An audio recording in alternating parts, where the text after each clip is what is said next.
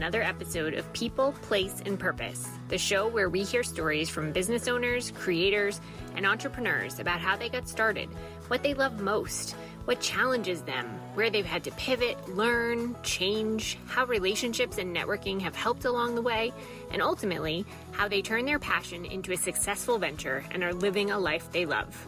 I'm your host, Kate Lusko. I love to travel, eat delicious food, and meet and get to know cool people, and I'm so glad you're here today. Let's jump in. Emeran Langmaid is the founder of A&E Coffee and Tea based in New Hampshire, though her background is in textile manufacturing and design. She has a contagious passion for really good coffee and a desire to share that with others, which has helped her build her company to a very successful one.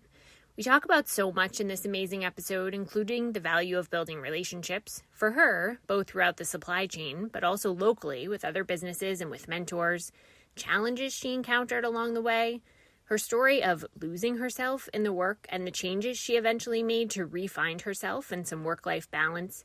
Throughout it all, she never lost the love for all that she's doing. I hope you enjoy what she shares. With that, let's get to today's episode. Well, welcome, Emeran. Thank you so much for joining me today. It's great to see you, and I love that you're in your element with your background. Yes, this is those are real coffee roasters back there. We have two of them, and those are real bags of coffee. So this is I'm in my, we call it the Roasting HQ. It's our headquarters of operation. So all of the roasting happens here, and kind of the big business decisions for the company. That's really great. And we're in Nashua, by the way. This is the Nashua location. Yeah, the folks on the podcast are going to have to watch the video aspect so they can see how cool it looks there behind you. So to start us off, I would love for you to talk a little bit about your background, where you're from originally, what you did before doing what you do now, sort of what brought you up to the point of founding this company. I think, like most small business owners, it's a circuitous route from where I started to where I am now. Although I wouldn't change a thing. So I grew up in Kansas City, and at the time I was just really wanting to see different parts of the country. So I ended up actually going to college in North Carolina. I got a scholarship to the College of Textiles in North Carolina. And so I actually have a textile manufacturing and design background, which has really nothing to do with coffee. And I loved it. I absolutely loved it. And I still love textiles. And there is actually a connection here. We'll tie these things together. So I worked for Cotton Incorporated, which is a nonprofit organization that is actually funded by the U.S. cotton growers, and they do all sorts of R&D in cotton. And they had an ad campaign, The Fabric of Our Lives. I don't know if you remember that, but yes. It was a big ad campaign. So I did that for a while. And then I ended up getting a job with Eastern Mountain Sports when they were headquartered in Peterborough. So that is what brought my husband and I up to New Hampshire. His family, his parents are from Massachusetts, so he actually has a lot of family in this area. His parents have a summer home in Mass, and so they come up in the summer. So it wasn't so much of, going just somewhere brand new. We definitely had some ties in New England. So I wondered what got you here. Sometimes New Hampshire can seem like such a random. It was a combination of things. Okay, so get this. I got a job at Eastern Mountain Sports, and the headquarters of the company that he worked for in North Carolina is in Lexington, Mass. So he was able to transfer up, and we had family in the area. So it was such an easy transition. Although I will say, coming from Kansas City to North Carolina to New England, like, it's such a different culture up here. And we've been here for the 24 years. This is the longest place I've ever lived anywhere in my life. And I still am like learning the New England culture. It's like, it's interesting. But so from Eastern Mountain Sports, we, worked in outerwear, and in the men's department and kids in term buying, and working on the EMS line. But it wasn't as fulfilling as I wanted it to be. And so we started roasting coffee just in a little home coffee roaster. And the cafe component really was not well established up here. So decided to jump the boat and start roasting coffee. What's super interesting is that our very first model was like a Pampered Chef Tupperware model where we had home parties and then subscriptions. Like this was back in, 2001. And we started with a subscription model, which, all things come around eventually, right? Yeah. Things circle back around. How this relates back to textiles is one of the things that I absolutely love about coffee is that it's one ingredient and there is such a direct connection back to the country of origin, the co-op, the producer, the farmer. And where coffee is grown around the world, there's still so much indigenous fabrications that are a cultural representation of the people. So in Peru, there's like very distinct fabrications and style of dress and clothing for the indigenous people groups and language for that matter. Same thing with, around the world, you have coffee from Burundi and Rwanda and Kenya and Ethiopia, and there's so many different cultures and traditions. And historically in these people groups, storytelling and fabrics are such an identifier.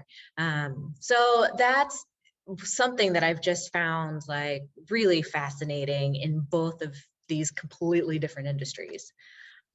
So interesting. I remember probably back 2008-ish, before businesses were on social media with sort of the frequency that they are now, there was a video from Stonyfield Farms, from the yogurt, about where they get their bananas to go into their yogurt. And it was so fascinating to see, right? Because they too talk a lot about the farmers and the connection, and, they've gone on site, and it was sort of a silly thing, but to learn, how bananas are traditionally grown and how they've helped with more of an organic approach. And it was just so eye-opening. How did you develop these relationships that clearly have gotten you to this point? Like, how did you find these coffee growers in all of these other countries? So with anything that is being imported, you have to work with an importer. All of these products are tariffed in a certain capacity. So the way that it works is, as a buyer, I work with a importer. They're also brokers, basically. So is another name for them. And the importer then works with the exporter at the country of origin. And the exporter works with the co-op. And then the co-op works with the individual producers. So for example, Norma's Coffee, which we visit Norma. I know Norma in Honduras. We've purchased her coffee. This will be the 7th year that we purchased it. But I still have to go through the co-op or it's also called the wet mill.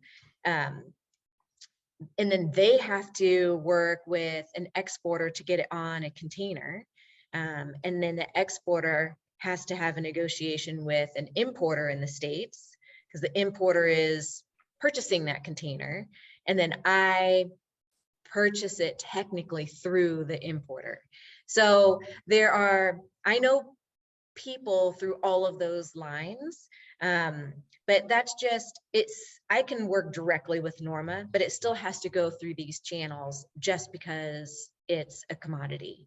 And the same thing goes with bananas. I mean, I actually do buy coffee from people who bring it in individually, but it is so astronomically expensive for them to get bags of green coffee, which weigh anywhere between 132 and 150 pounds. You just can't put that on an airplane.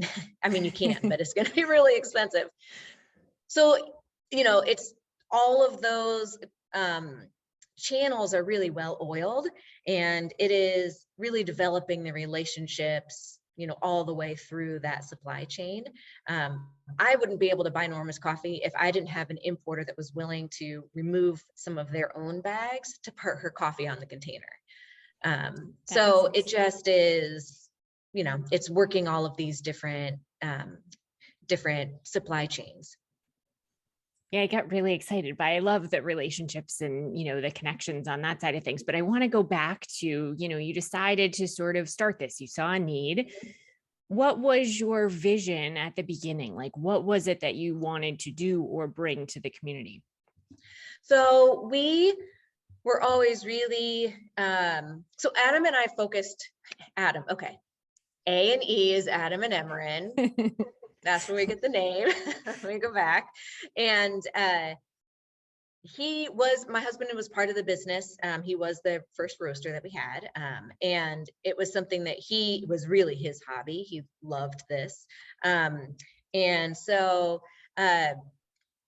we wanted to provide a freshly roasted coffee because the taste is just so much different than coffee that comes from the store. It is like, the analogous to a loaf of bread right out of the oven versus sliced bread you get in the grocery store. And sustainability and organic were very important to us. So those were the two, I guess, missions that we had. Starting the business was roasting weekly and purchasing coffee that was sustainable.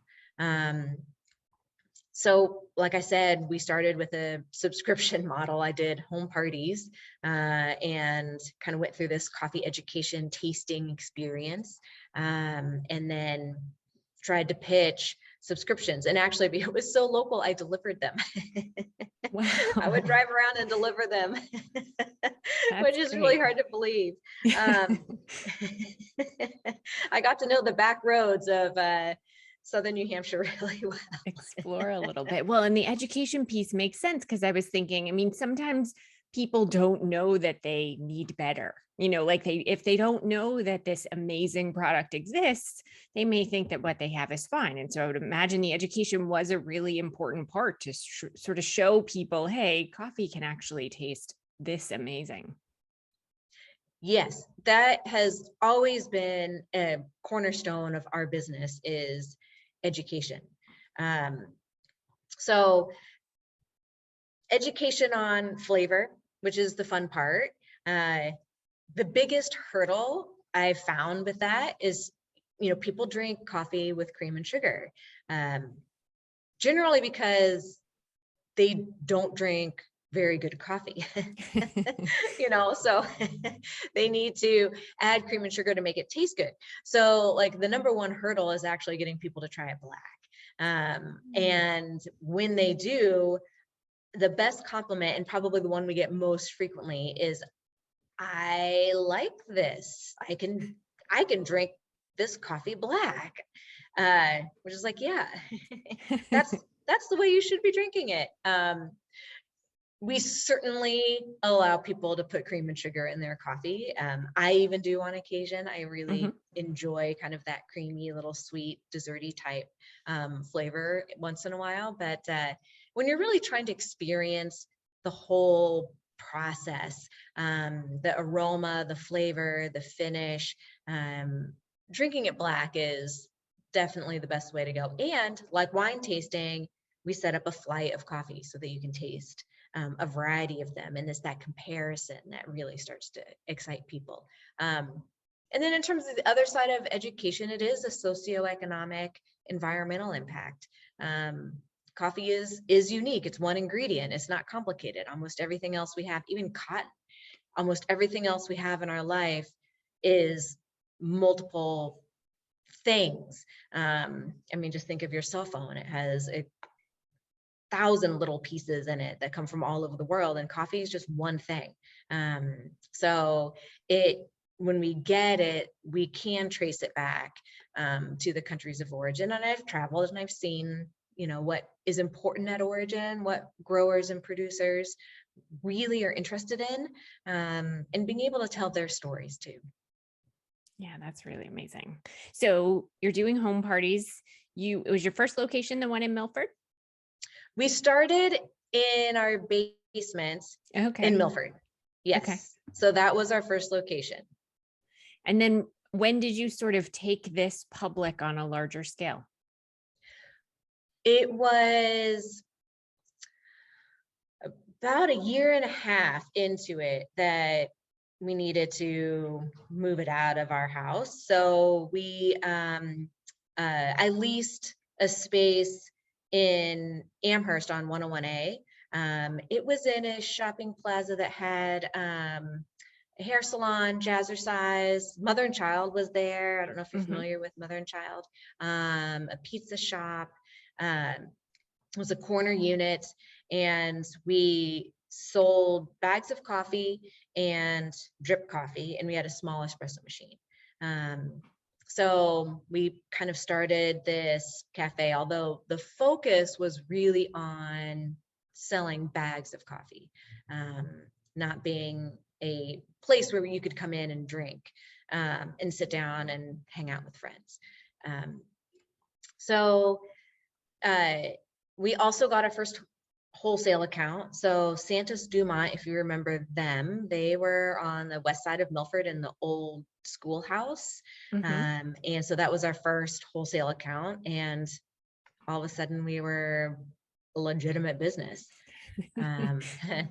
Then after that lease was up, the property got sold to a group out of Boston, and they were, putting the screws on all of the tenants. So I moved to the next plaza over, which is where our Amherst location still is located. It's MC Square.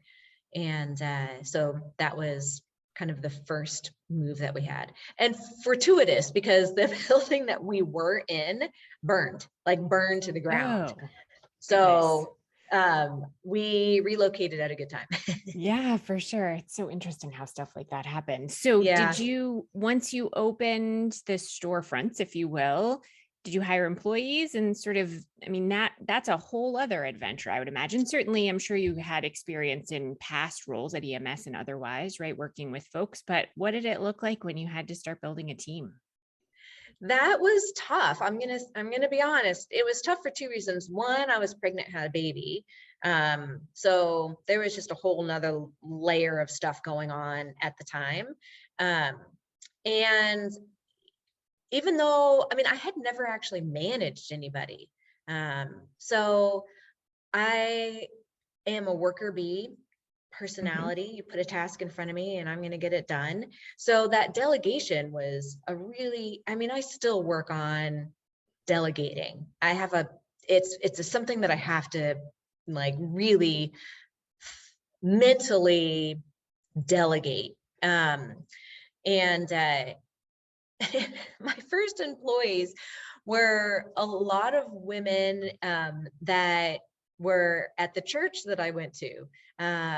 So I would have older women come in and watch the baby while I worked. It was so early 2000s. It just is. The 2 decades that have passed are just mind blowing on kind of how we started and what was acceptable. But it was awesome. So I had older women come in and watch the baby. And some of the other women that I knew were stay-at-home moms. And so they would come in and work. I had some high school kids. And it was more of a family than it really was a traditional work environment. and kept that. I mean, really tried to keep that atmosphere. And I think that's actually one of the reasons that we've continued to be successful and we continue to have really great employees, is because we view them as people and part of our family. It's tricky though to sort of formalize, right? I'm sure at some point you had to think about an employee handbook and benefits, and how do you sort of make an environment. I'm teaching an organizational behavior course at UNH, and we've been talking about motivating employees and teams. And I mean, it's so much more complex than, well, we just need people to help, so we're going to go hire people. But it sounds like you kind of had this undercurrent of, values that moved all of the rest of it forward. It's hard. And there were a lot of bumps in the road, no doubt. Part of kind of my personality is to have all of my ducks in a row. So I had an employee handbook early on. I did 6-month reviews. I really gave feedback. I had, the open door policy where there was, communication.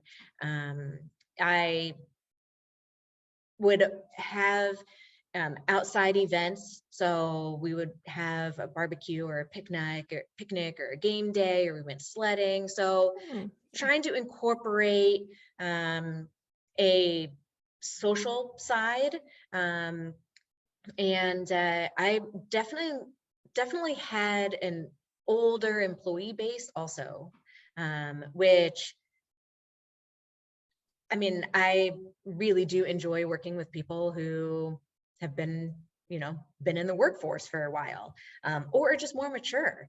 They're not as they don't get all flustered because they've just have world experience, right? And that was really helpful early on. I will say that it just happened that way, and I was really blessed that I kind of had that environment early on. The motivation component, I think, has shifted dramatically. Certainly in the early 2000s, like 2007, 2008, there was the big housing crisis. That really changed dynamics. Then once Facebook and Instagram and all the social media really changed kind of how people saw you. And there was, I think, a lot of, criticalness. Everything had to be a visual picture, and it's really hard to move to show a personality or to show how a business operates through a glossy picture. And so we were behind the game on that, to be honest. We hadn't really I didn't understand that component. And now, obviously, COVID has totally changed things. We have a much younger staff now. We have a manager. I have a manager that runs the cafes, and she's doing a great job being direct with expectations, continuing to follow up with praise, and recognizing, a job well done goes such a far way. And continuing to have that personal touch, I think, is really valuable. Does that answer your question? I just talked for like 5 minutes. Yeah, absolutely. I mean, even when I think about, right, you talked about, and then Facebook and Instagram came on the scene, and they're so different now than they were back then, right? Of course, right, the world changes and things evolve, but it certainly adds complication when you're still trying to do the core of what your business is. And yet there's all these ancillary things that you sort of, have to do as well. So it's a lot of juggling. And you had said offline, you think of yourself as sort of a member of the circus at times. Yeah.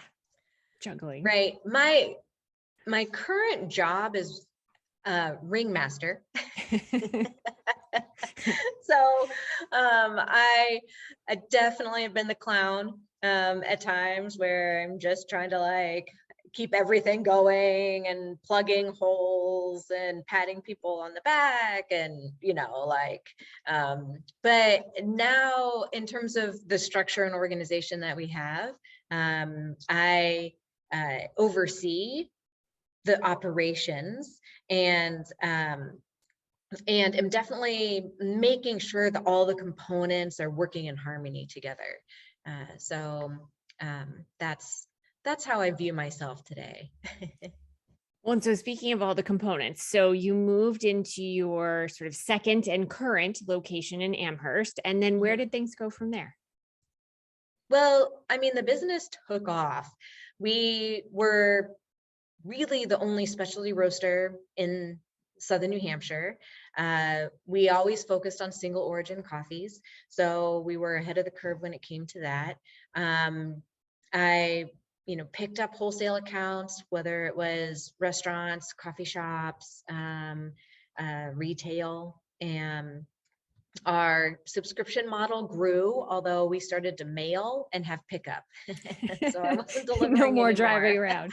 No. And we just got the business was flourishing. In that time, I actually opened a second location in New Boston. It was on the river, beautiful little spot. And so I was looking at expanding. That I love the spot, but New Boston was a little too far outside of our reach. And the spot had been like a breakfast joint and we didn't really do breakfast. So I loved it, but ended up selling it 2 years later. So there was kind of this growth plan in the middle of that. And then I was part of a partnership that purchased Santos Dumont. So we ran that for a little while, and then ended up selling that. So there were, not just our own core business, but really reaching out into, trying to expand in these other ways. Learned a lot from those experiences. Certainly, partnerships are tough in business. They're really hard. But that was kind of this, expansion phase. And then we ended up taking over a location on Elm Street in Manchester. So opened up another location, and that is 6 years, 7 years. I don't even remember. Wow. It's been a while that we've had that one. And hired a PR company, Savoir Faire, to work on our PR kind of during that whole time period. And so just really start, trying to expand and grow. And that's what we did. So it was a really exciting time. Definitely should have hired another person to oversee the kind of the business side, because that's with a small child, and we were fostering at the time. I mean, it was just like Superwoman on steroids, which is not sustainable.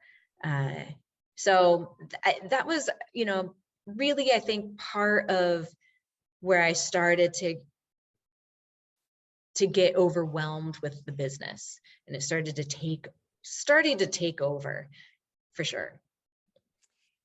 Well, and I would imagine, I mean, it can take on a life of its own, right? It can sort of grow beyond what you had anticipated, right? I mean, you sort of wanted to introduce people to this, and suddenly you have multiple locations and lots of staff and trying to manage wholesale accounts and shipping. And it's a lot of different aspects. Never mind, I'm sure you had ideas about other places you wanted to reach or grow or expand. So how did you figure out How did you figure out what to do? Like, was there a point at which you said, okay, I need to find a way to better balance? Was there sort of an eye-opening moment? It was not an eye-opening moment. It was more of a slow progression. Okay. And I think that I held too much. I held too much responsibility. I held myself to too much responsibility and accountability. And so it was invading like every moment of my day. The only time that I ever felt a reprieve was if the cafes were closed, say for like Christmas. Which of course only comes once a year. Yeah. Right? Easter, like 3 times a year. Yeah. And if I happen to take a vacation, to go visit family in Kansas City, that like the distance between where the further I was away, the less strings, or tendons were attached to me, because at a certain point I can't fix anything. If I'm half the country away, there's not much I can do to solve a problem. So at that point, I would let things just kind of relax a little bit. And I think this was because I never managed people. I had never learned a management track. That's where maybe the rub came in, where I expected a lot of people. I expected a lot of myself, but holding other people accountable to that was a little more challenging to me. So because I'm the worker bee, right? I like, I like to do things and I like to fix stuff. So I think it was, it was like in the 2013, 2014 timeframe, maybe, when I had started to think about bringing someone else on, and talked to a variety of people, kind of started to put in a plan of when does this transition need to take, or when do I need to unload more of the business aspect, because it's really tough. And this is where I was running into problems. Is we had been successful, and I had good cash flow. I was able to provide benefits, provide paid time off. I was able to have like a continuing education. Like, I was definitely doing all of these things that I wanted to do. But all of a sudden it became really hard when you are holding the CFO hat to be the visionary and the, projection of where this business is going, because you're always in conflict with yourself. For sure. Of this is where we need to go and this is how we need to invest. And then the purser on the other side is saying, well, can we really afford that? And what happens, the risk management of that. And that created a ton of tension. So I recognized that was a problem. I needed to have an outside, someone else look at and manage the business so that I could move forward, and move the business forward. So that was what, 2013, 2014. It was a while ago for sure. And so I have at the time other women that own businesses, and I would reach out to them. So I had some mentors. That's great. Which I think is really valuable. And so I would just ask questions, get together, ask questions, and got a lot of great feedback, and great suggestions. So I worked with SCORE, I worked with a small Mm-hmm. business development center. I, worked with a lot of different agencies and kind of services to help structure my business, value my business, figure out what where kind of the next steps. I always think it's so incredible. Just because you found a business or run a business doesn't necessarily mean you're good at all of the pieces. And I always think it's so interesting, whether people are the kind of person who say, you know what, I'm not a numbers person. I'm going to hire someone from day one to do that part of this, or marketing, or whatever it might be. And then there are the people who sort of see it as an opportunity to learn new skills and, grow themselves. But, and obviously no right or wrong answer, but certainly, I'm sure you started this not because you loved accounting or managing people necessarily, or right. I mean, most people, I think, start the business for sort of the vision and the passion around something like, roasting coffee and bringing that to people. Did you always, would you say that you've always had an entrepreneurial spirit? Yeah, I'm a risk taker. I mean, that kind of permeates other aspects of my life as well. So, and my parents had their own business, and they worked out of the house. So I grew up around small business and, having a family that had their own business as well. So yeah, I would say that I definitely always had that entrepreneurial kind of risk-taking spirit. Which, I mean, is so critical in doing something like this, because I mean, entrepreneurs always will say, even though I loved it and it was worthwhile, it was, there are parts of it that are sort of scary. And so I think to have that built in at least helps, I'm sure, get through some of those times. Mm-hmm. Grit helps too. One of the problems actually that I think I have is that I know a little too much about everything. I had accounting in college. Like, I took accounting classes, so I was on a management track. I also was on design, so I knew my way around Photoshop and Illustrator, and could do my own design work. I like numbers. I like, I like all the different aspects of it. And I could do it. I'm competent in that capacity. So I did it all, and I should have, offloaded some of those tasks earlier, much earlier than I did. So I think that's one thing that, you think you can do it yourself, and it's less expensive to do it yourself. And, I liked knowing my numbers, and that it was important. So I definitely was, at a certain point as the business grew, I was really doing way too much. And so what did the cafes look like today? Like, what are those, outside of the coffee, which I'm sure has held strong, what are the rest of the attributes of those spaces and the offerings? Right. So we took the opportunity when we were shut down to spruce up the locations, the cafes. So they look fantastic. And we have obviously our amazing drinks. Our still biggest sellers are bags of coffee and bags of tea. And we reintroduced seating. So we do have seating.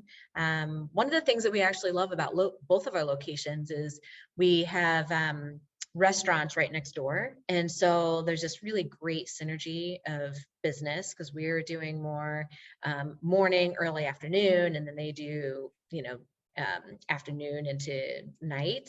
And it just is, having kind of those collaborations and partners with the other business owners that are around us have just been really, really vital. We do sell Pastries, we reintroduced our breakfast sandwiches, were probably our most popular food item. So we just reintroduced those. And a lot of that was staffing, honestly, because you have to have extra staff in order to prepare more food. So we're to the point now where we're able to pretty much reintroduce most of our menu prior to when we shut down. And what's next? Like, what is your vision for where you want to take this from here? Well, my goal and what I'm working on right now is really developing wholesale and our online presence. So the online store just skyrocketed during COVID. So that is, we consider that actually a third store. We actually have 4. So in Nashua, people can come in. We are open to the public. And you can buy bags of coffee and tea. We do not sell drinks in this location, but it is open to the public, and you can come and see our roasting facility. Then we have Nashua, Amherst, our original cafe, and then Manchester on Elm Street. So the online store is I guess, 4th, outlet that we have. So I'm responsible for that. So continuing to grow our online presence, and on the wholesale side, really expanding outside of Southern New Hampshire. We do have accounts that are kind of across the country, but really making a focus to expand our wholesale business. And how about, there must be innovations in the world of roasting coffee and different kinds of coffee and tea. Are there things that you're excited about sort of for the future of the products?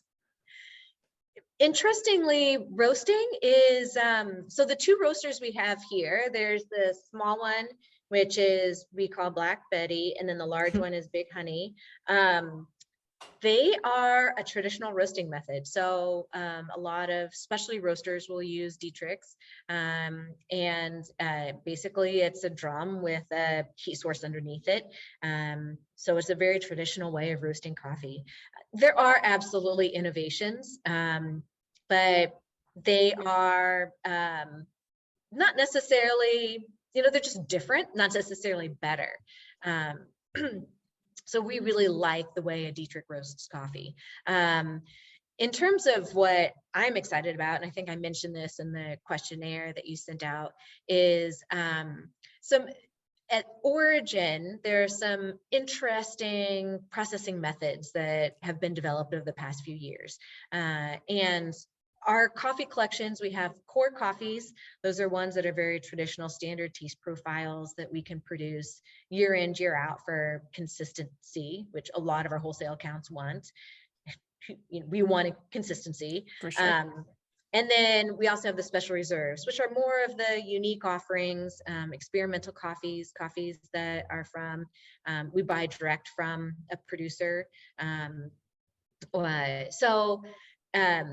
Those processing methods are kind of in this special reserve category. So the few that have popped up over the past few years are an anaerobic processing, which means the coffee cherries are, the cherries stripped off of the fruit, so that's called pulping, and then they're put into a steel container and the oxygen is removed. And it goes through just a different processing method. The other one is a carbonic. It's called a carbonic maceration, but basically it's very similar, except for the fruit is left on the seed and is put into a tank. And then they infuse the tank with carbon dioxide, which adds pressure. And that pressure causes the fruit to dissolve, basically. But during that process, it's like embedding the bean with a different flavor quality. We've always had a natural coffee. I love naturals. They were in fashion, then they were really out of fashion. Now they're back in fashion, as well as some of these alternative processing methods. But a natural is basically when the fruit is dried on the seed, And Ethiopian is one of the naturals we always have. Right now, we actually have a few. We have a pulped natural, which is from Brazil. We have a natural from Honduras. We have another natural that we have coming on board. Whereas a wash is when they take this the fruit off of the bean and it goes through water channels, and then it's dried. So they just produce very different flavor characteristics and qualities in the coffee. And some of these additional processing, experimental processing methods do as well. It's so fascinating. It must be, I mean, I can hear when you talk about it, right? That there's sort of this excitement in just trying fun new things and sort of seeing what it does to change the flavor, adjust how it comes across. How often do you travel to go? You talked about meeting some of these growers. How often do you do that? We're doing it yearly until COVID hit. So that's something that it depends on where you're going, basically, based on, because you want to go once coffee is picked. So because you want to taste it, right? So it has to be picked and processed in order for you to cup it. And in Central America, that tends to be kind of February, March time period. Although the last few years, it's like Guatemalan was picked really early. It just ripened really early last year. So the picking was completely done in January. And then you had this big frost in Brazil, which really changed kind of the cycle of things. If we're going to Africa, so Kenya, Ethiopia, that's in November, December. So it kind of depends on where you want to go.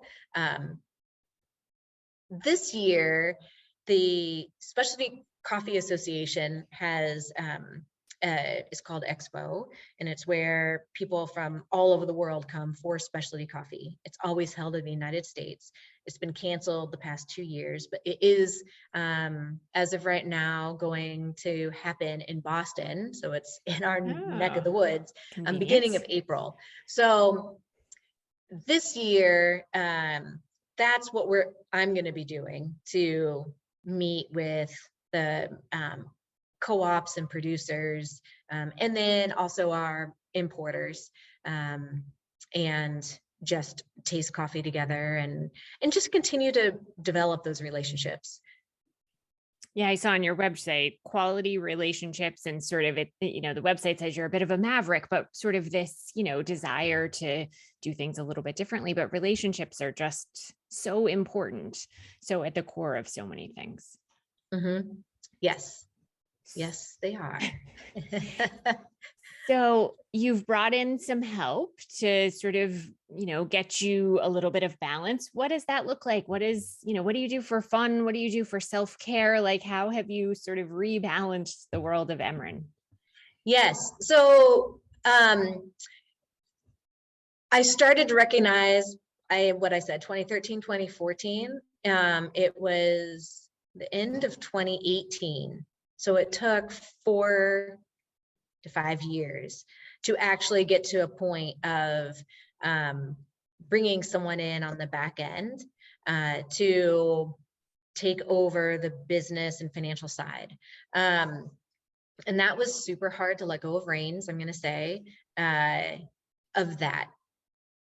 But I was very determined to just see what happened. So there have been a few things in life where I've had to just let go of the reins, right? And it's hard for us to do that because we, in our hubris, think we can control everything and we can manage everything. So when we were fostering, that was one of the things where you just had no idea what was going to happen. And whatever happened, happened. And it was okay. It was going to be okay. And you just had to have open hands. And so I approached, bringing someone in with that mentality of, I'm just going to be open-handed in this and accept the process. And it's been amazing. I'm just going to say it's been fantastic. I was going to ask, because sometimes it's one thing to sort of say in your head and know in your head, I'm going to do that. But then actually translating that to how it feels can be hard, but it sounds like that's gone really well. It's gone so well. And we've continued to grow and expand. We have this fantastic warehouse. You know, if I had been at the helm, I would have been very scared. You know, at a certain point, you get so scared of the potential downside that it really stymies your growth. And I felt that. I had been feeling that I was really afraid of taking those bigger risks, because the fall was much greater. So we have this great warehouse. We have this beautiful new roaster that really expands our volume. We have a stockpile of coffee. And we have a fantastic staff. We have a great team of people. We have, staff members that have worked for us for 10 years. So there's just surrounded myself with really good people. And I go home and I'm able to turn it off. I'm able to, go skiing and snowboarding on the weekends and be more present for my family. So, they always took the backseat, to be honest. My husband's amazing. He doesn't work for the business anymore, by the way. Mm-hmm. He just is the A in the name and that's it. So that was an early decision. We were not great business partners. But he carried the brunt, of kind of the home life. And because I was just spent by the time I got home, and now really rebalancing that. It's been really phenomenal. So important. Such a good decision. Yeah, good for you. I'm sure it was hard, right? I'm sure it was hard to sort of determine what the right path was and sort of come to the realization that needed to happen. But good for you. Taking that. I'm going to say there were so many days of just tears, and I don't even know who I am anymore. I have just been shaped into this mold of, this is what I have to do in order to get through the day, to keep going and to keep the business going. And, who am I?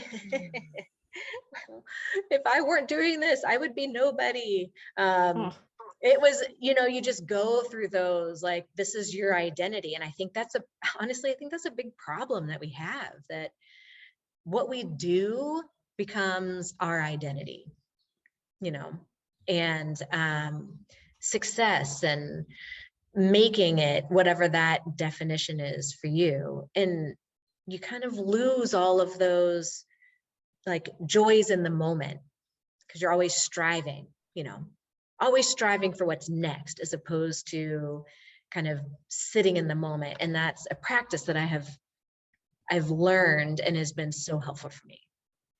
Well, and that's a great lead in. What advice do you have for people who either are just starting out or maybe have this dream to do something on their own and are still in more of a traditional role? What would you say to them, given all that you've gone through? You give me 5 minutes to answer this question. Oh my God. Well, I mean, everybody's different, right? Everybody has different motivations and different skill sets. I think having a strong support system is really valuable. And I was fortunate to have that. I had a lot of people that had my back. I mentioned early on that I had mentors. I think that's so critical. Martha, who was at the Black Forest, was a really big mentor for me.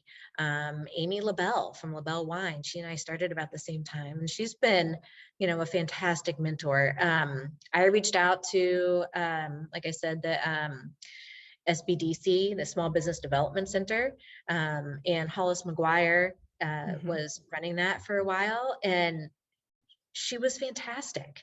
And so I definitely sought help from experienced people. And I think that was, I didn't take their advice all the time. Looking back, I should have, because they knew what they were talking about. So I think those are important things. Those are probably the most important things, I would say. Anything else that you want to share with us that I haven't asked you about today? That's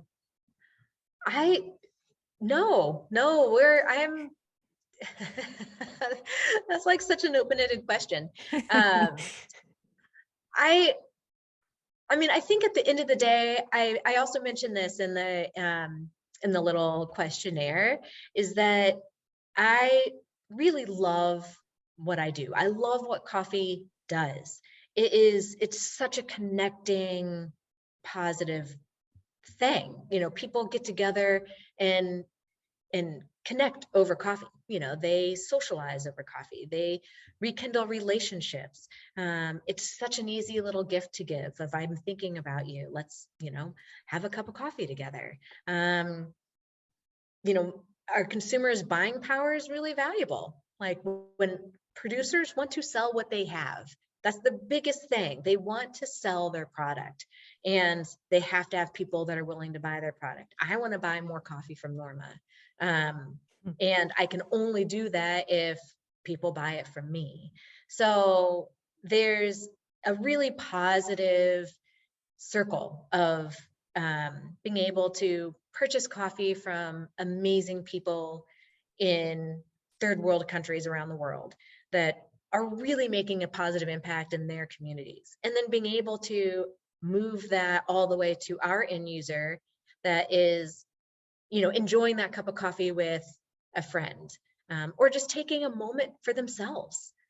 So it's this really, really fantastic kind of self-feeding process. And I absolutely love that. Those are great stories. I almost feel like I want, back in the day, for me, it was New Kids on the Block, but I had those little cards, right? Like baseball cards. But in this case, they were for, the members of New Kids on the Block. But to hear the stories, I feel like, you should have little trading cards of the stories of all of the growers and the people through the process. It's just a funny thing to think about. But I'm sure to know them is just such an incredible part of the experience. It is. Yep. We talked about relationship. It really is all about relationship. So where can people find you outside of your physical locations? What's your website, social media? Where are the best places to hear the happenings? Our website is aeroastery.com. So aeroastery.com. And then links to social are on there as well. So A&E Coffee Roasters and A&E Roastery are two handles. So we do post regularly, and certainly love feedback. Well, thank you so much for joining us today, and congratulations. I mean, certainly it's been a journey for you, but what you've built is just incredible. So congratulations on that. Thank you. And thanks for inviting me. I really enjoyed the conversation. When I started this podcast, I really emphasized to my guests that I didn't want it to just be about sunshine and unicorns, if you will. I wanted to talk about the challenges, the tough moments, and Emeran was so generous with what she shared today. I really appreciate her candid approach. On to the takeaways from today's episode. There's something magical about examining something's history, traditions, cultures, paying attention to where things come from, their origins, their roots, and finding connections between otherwise seemingly unrelated industries. If you can, try to plan or strategize or think about work-life balance in your business before it becomes unbalanced. It's so valuable to find mentors along your journey, but also look for opportunities to collaborate and partner with other business owners. Try as we may, we cannot control everything. The, what I would call brave, open-handed approach can lead to really worthwhile results if you're willing to give it a try. And when you buy local, think about it like you're paying it forward. When you support a local business, you're enabling them to, in turn, support other local businesses, as was Emeran's example with someone purchasing A&E's coffee, allowing her to then purchase more coffee beans from Norma's Coffee. Thank you so much for listening to this episode of People, Place, and Purpose. Please remember to subscribe, rate, review, and leave a comment. As a new podcast, your support really means a lot. And if you know someone who might be inspired by this story, please share it with them. I would also love to engage with you directly, so please find us on Instagram at People, Place, Purpose. I'm so excited for us to continue to learn and grow and discover new things together, and I look forward to seeing you next week. Until then, it's a beautiful day for an adventure. Get out there and explore.